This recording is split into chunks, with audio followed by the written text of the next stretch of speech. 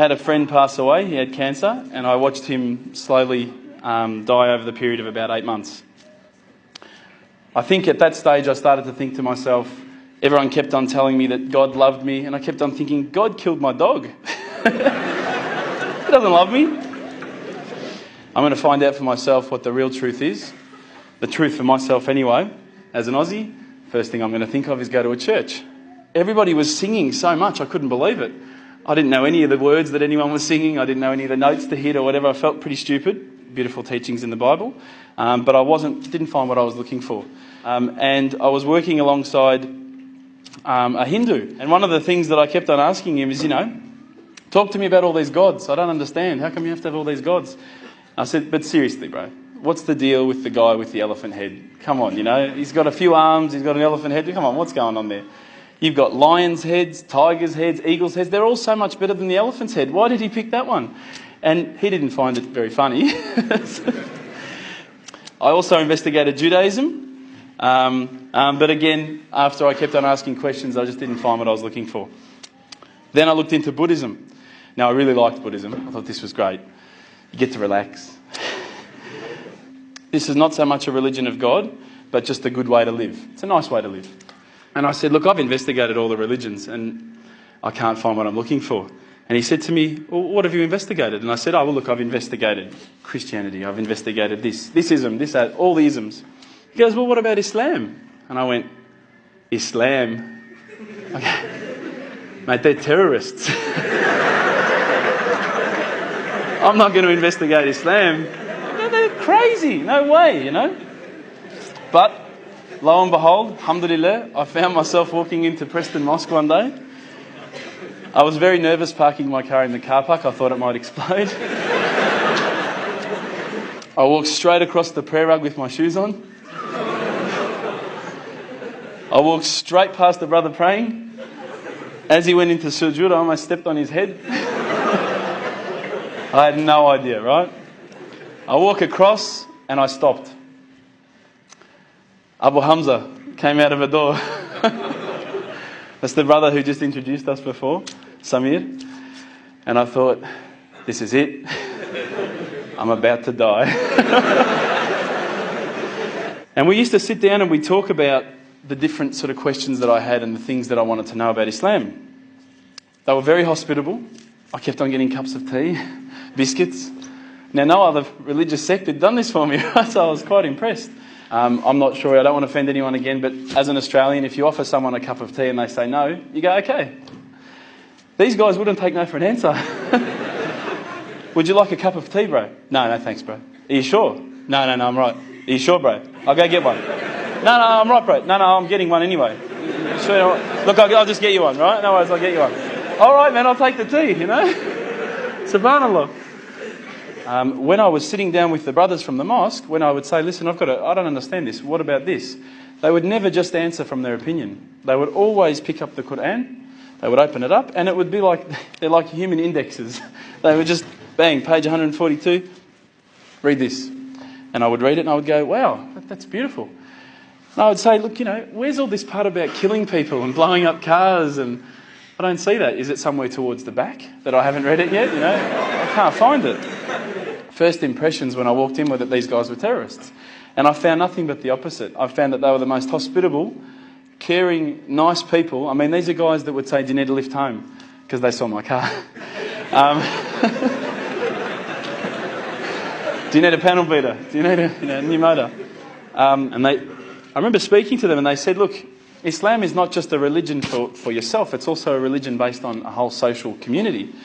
So alhamdulillah, I started realising that Islam is not just about each individual, it's also about a community.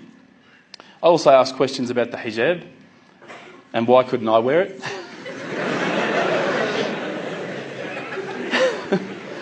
But once you start actually looking inside the religion, working as a whole unit, as in implementing every step of the way, it starts to make sense. And it started to make sense.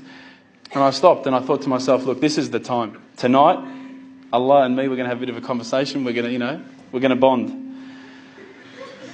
All I need from you, Allah, is just a sign. Just a little sign. Look, nothing too major, just maybe a bolt of lightning. Bolt of lightning for you, man. Come on, you created the earth. This is just a bolt of lightning. It'll be easy. So I sat there and I went, okay, go.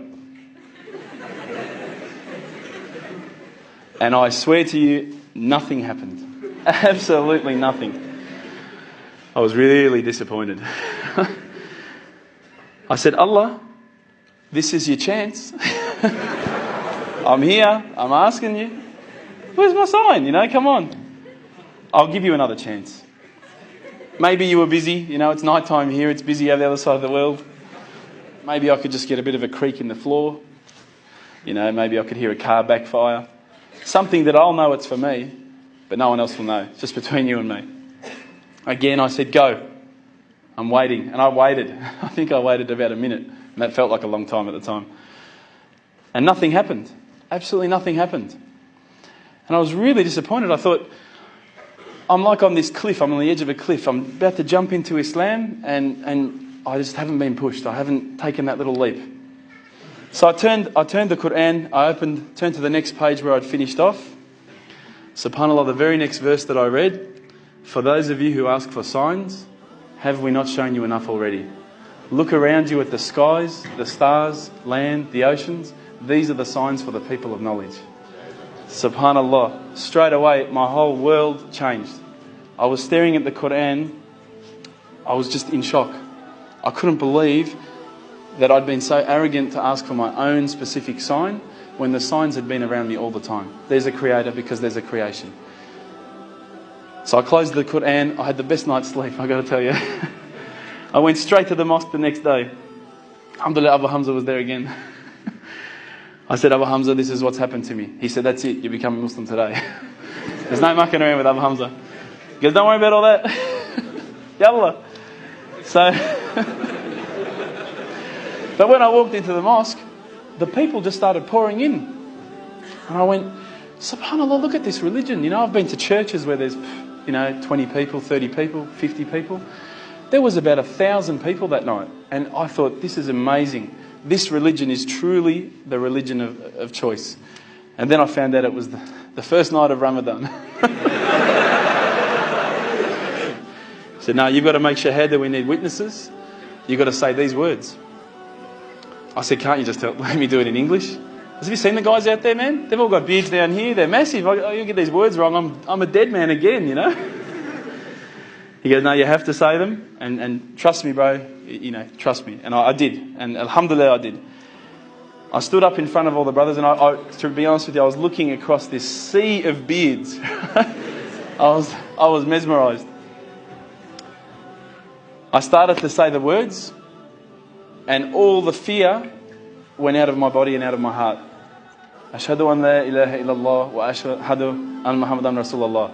And I felt like a shower had been turned on and my whole body had been flushed clean. And trust me, I needed to be flushed clean. I was standing up there. All the brothers started yelling out, Takbir, Allahu Akbar. I thought I'd done something wrong.